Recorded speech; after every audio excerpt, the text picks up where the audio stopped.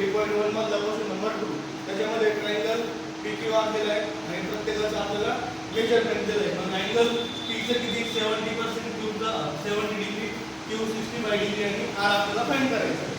मग इथं घेताना सुरुवातीला सोल्युशन ठीक आहे काय रे angle P plus angle Q plus angle R हे काय येतं रे कारण तुम्हाला माहिती आहे की ट्रायंगलची तीन जे अँगल असतात त्या तिघांची सम मिळून किती येते 180 म्हणून आपण तिघांची सम करून किती येते 180.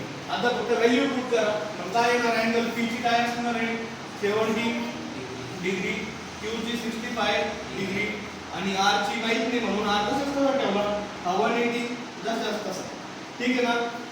आता ह्या दोघांची जर आपण बेरीज करतोय तर काय येते 5 आणि 0 5 आणि 6 7 किती आहे 6 7 13 म्हणजे 135 डिग्री प्लस अँगल R जसा तसा इज इक्वल टू 180 याला काहीच केलं नाही आपण काय कसं ठेवलं. आता हे 130 अँगल R आहे ना पुढे घ्या angle R is equal to angle R काढायचं ना आपल्याला काय 180 डिग्री. आता 135 इकडे आहे बरोबरच्या इकडच्या साईडला म्हणजे ते कसे प्लस आहे. आता बरोबरच्या तिकडे जाऊन जायचं बरोबर नाही बरोबरच्या तिकडे गेले म्हणजे काय होणार मायनस म्हणजे 135 मायनस झाले.